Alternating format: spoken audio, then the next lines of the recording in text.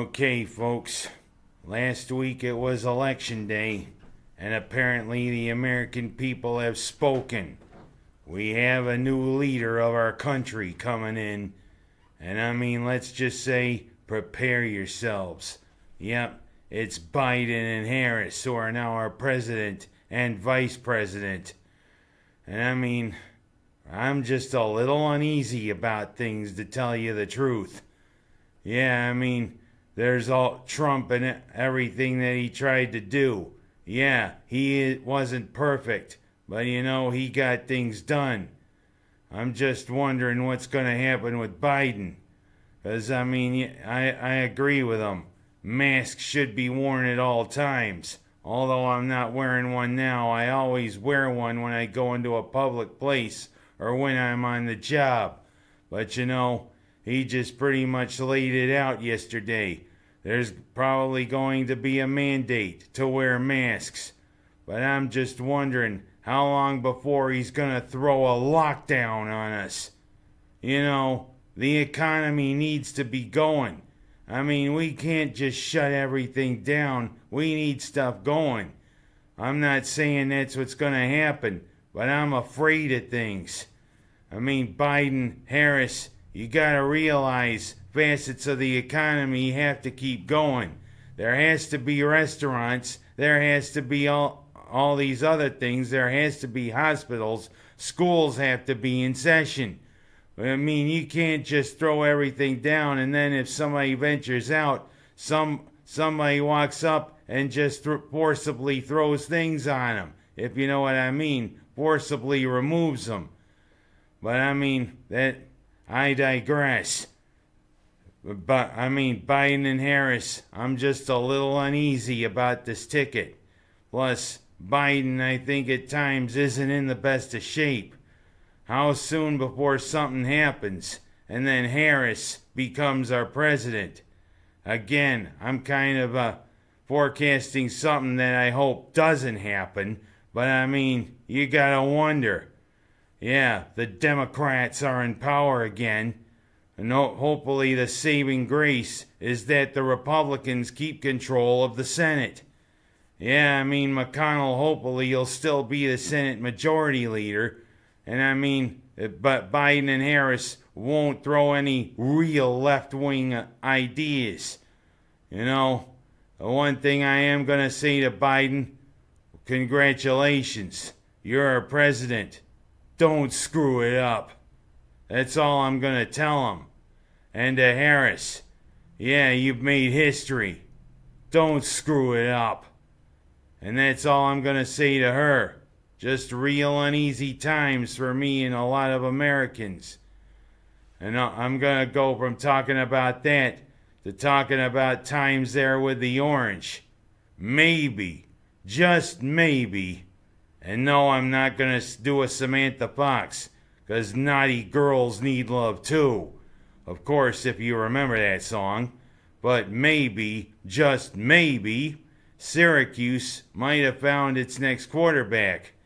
Jacoby and Morgan had half dozen of one, half dozen of the other, in ways.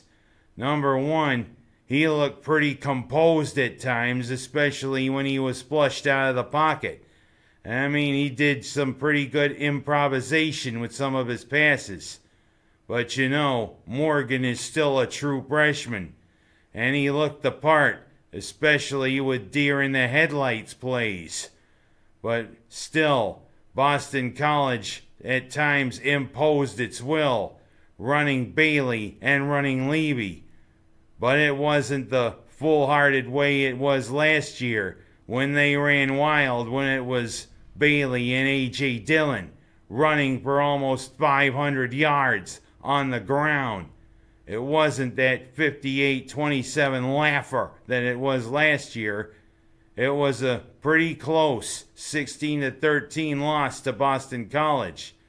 Maybe Morgan and some of the play may have maybe shed a little light going forward.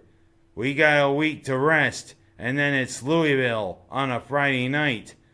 And Louisville isn't the same team that it was last year. Maybe Louisville might be just right for the pickings. Who knows? But still, Louisville has playmakers including Tutu Atwell. Yeah, it's just his nickname, but what the hey? Who would nickname their kid after something the dancer wears? Oh, I digress. It's still maybe some hope going forward. But hope's what we got now for the Bills. Yeah, a statement victory against Seattle. Big victory against the Seahawks, forcing Russell Wilson into a few mistakes. 2 fumbles, 2 interceptions. Still, Seattle at times was able to move the ball at will. Of course, where is Will? I haven't seen anybody named Will. It's like, where's Waldo? I don't know. But they got that freak of nature known as DK Metcalf. What does the DK stand for? Of course, I have to look up my Wikipedia. It's like looking up in your Funkin' Wagnalls, if you know what I mean. But I digress. DK Metcalf is one of the best wide receivers to come along in a long time. And people passed on him. He fell all the way to the end of the second round. But this kid is a beast. 6'5", 230, 235 pounds of pure power and speed. Yeah, he had those statistics against the Bills, but a lot of them came in garbage time. Of course, I refuse to say that it's garbage time. Ha ha ha ha. But still, 44-34, Buffalo statement victory. Now we got another statement thing coming up against the Cardinals, and not Louisville. Of course, like I said, Syracuse plays Louisville next in 2 weeks, but these Cardinals are Arizona Cardinals, when they still should be the St. Louis Cardinals. But I digress. Kyler Murray is a very excitable young quarterback, can do things with his arm and his feet, like Russell Wilson can do. Can we formulate the same plan of attack against Kyler Murray that we did against Russell Wilson? We'll see. It's going to be an interesting game out there in the high desert. Of course, what's the low desert? Of course, that's where the Dead Sea is over in Israel, if you know what I mean. But I digress again. And let's just say there's an influx of businesses coming to Seneca Falls. Yes, you've noticed over on Beard Street, we have a new bakery, the Beard Bakery. Yes, it's been a long time since we've had a true bakery here in this town. Anybody remember Calarco's? Yeah, the best jelly donuts you ever had. That was something back then. I miss those times. But Baird Bakery's back, with its donuts, and soon its pastries and cookies. Heck, I already talked to the guy, and I gave him an idea for Half Moons. Yeah, bringing a taste of Utica to Seneca Falls. Of course, Half Moons are all around the state and around the country. But you know what? Half Moons are great cookies. Let's see how this guy does with Half Moons. Yes, welcome back the bakery to Seneca Falls. And some other news I heard. Antonina's has been dormant for a few years, but I guess it's being turned into a delicatessen. Of course, I don't know if those rumors are true, but that's what I heard. And also, the guy who owns the liquor store on 5 and 20 bought Red's. And it's going to be pretty similar to what Red's was before, but probably with a different name. But of course, the Christensens are going to be really involved in running it.